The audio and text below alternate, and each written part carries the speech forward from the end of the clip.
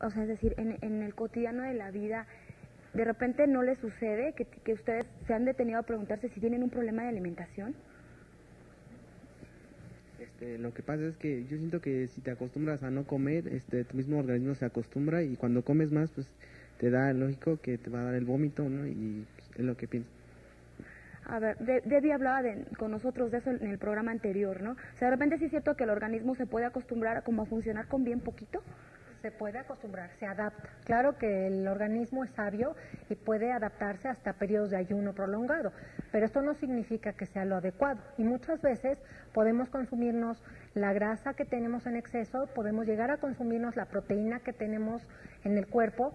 ¿Y qué significa esto? Que podemos llegar a consumirnos músculos, órganos muy importantes. Por eso esta cuestión de trastornos alimentarios no es un juego, no es de decir, bueno, es que como poco y me acostumbro y cuando como mucho siento que voy a vomitar. Bueno, hay que retroceder, hay que volver a readaptar nuestros hábitos alimentarios. También de manera gradual. De manera gradual, pero es necesario que se pida ayuda, que se pida, o sea, que se solicite el cómo hacerlo para nosotros saber qué requiere nuestro cuerpo para estar sano, nutricionalmente cómo debemos de estar adecuados, digamos, un plan de alimentación balanceado y no recurrir tampoco a esto que mencionábamos en el corte como vitaminas o inyecciones, que bueno, tampoco quiero dar ideas porque esta cuestión de informar sí. Puede tener dos áreas muy estrechas. Entonces, lo importante es aterrizar y saber que nosotros vivimos de una alimentación balanceada, ese es nuestro combustible y estas alteraciones nos pueden provocar cuestiones que nos pueden llevar a un trastorno tan grave como una enfermedad o hasta la muerte, que no es un juego.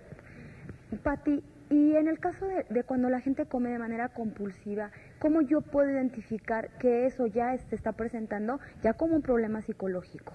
Cuando yo ya no lo puedo controlar, cuando siento que esto me está rebasando, que socialmente me está ocasionando dificultades para relacionarme, cuando como en una rapidez que excede lo que normalmente podríamos decir que es comer adecuadamente, cuando evito situaciones de tipo social donde a lo mejor haya que ver estos hábitos alimenticios o que ponerlos en juego social, cuando como sin hambre, cuando lo hago únicamente de manera compulsiva sin estar realmente con la necesidad de comer, o bien cuando tengo ese sentimiento de culpa y esa pérdida de control mientras estoy comiendo, ahí entonces yo pudiera hablar de que estos son indicadores o focos rojos que me están diciendo que algo está funcionando mal.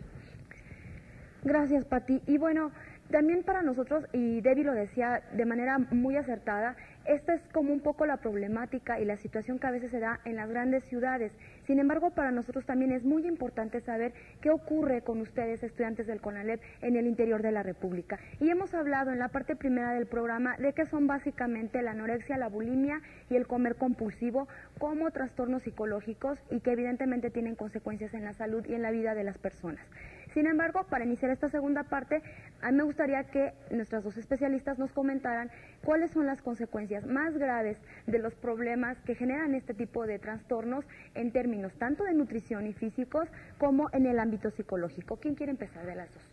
Bueno, desde el punto de vista físico, pareciera que lo tomamos a la ligera, pero les puedo dar varios ejemplos que pueden ser muy significativos.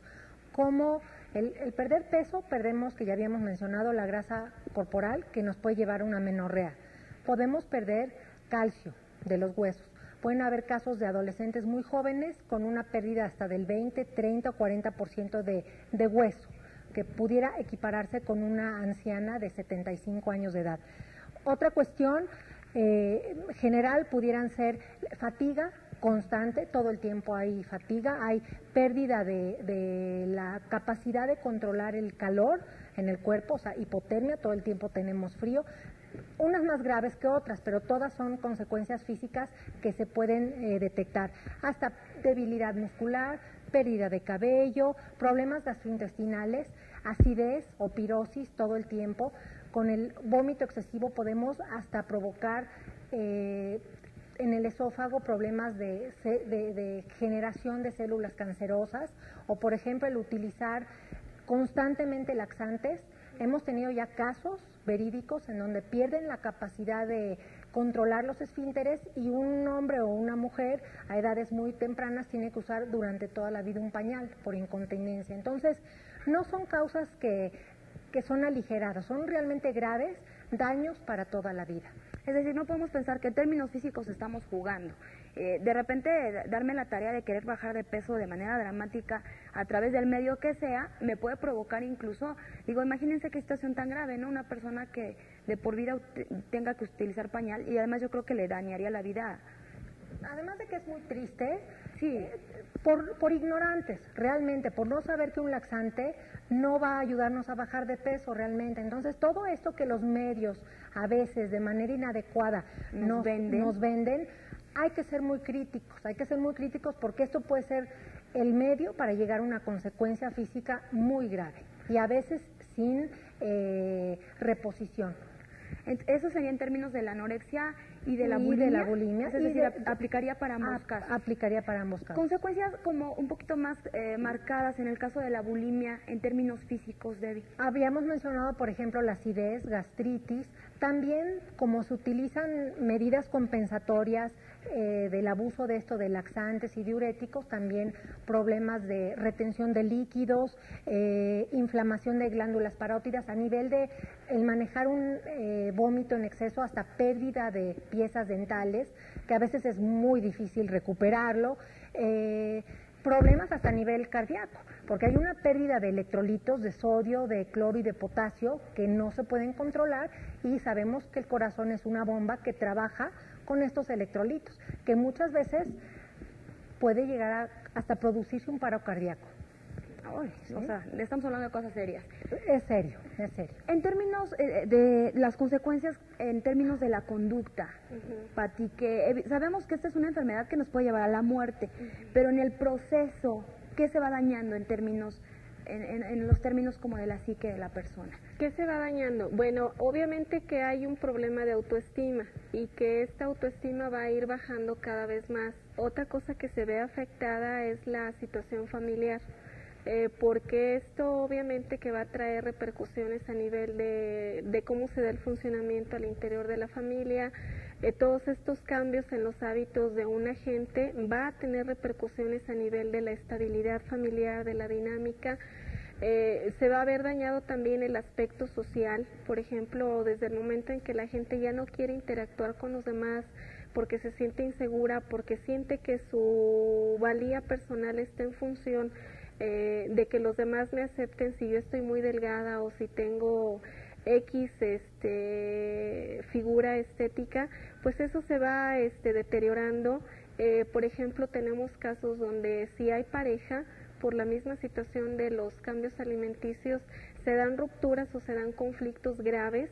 Entonces estamos hablando de una situación que no únicamente a nivel médico, sino a nivel de toda la cuestión familiar, personal, de autoestima, pues vamos a tener repercusiones graves, ¿sí?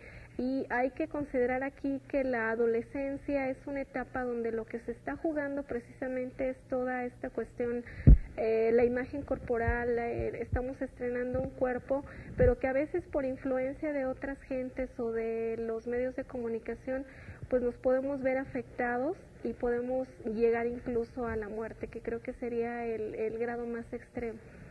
Pati, ¿y te podríamos hablar también aquí de patrones para el comer compulsivo?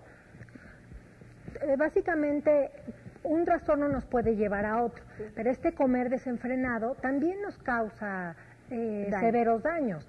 El que también probablemente el comedor compulsivo no tiene un límite, entonces la obesidad puede ser una consecuencia, también enfermedades del corazón, por ende diabetes, también hipo o hiperglicemia, enfermedades de la vejiga, obesidad crónica, o sea, todo esto está relacionado uno con otro. Un mal patrón nos puede llevar a otro y nos puede llevar a una enfermedad que a la vez nos lleva a otra. Y a mí me gustaría que, fíjense, es muy curioso, estamos viendo que es un problema que tiene muchas aristas. Finalmente cualquiera de nosotros podemos en algún momento iniciar un proceso y no nos hemos dado cuenta, o alguien cercano a nosotros también está iniciando este proceso.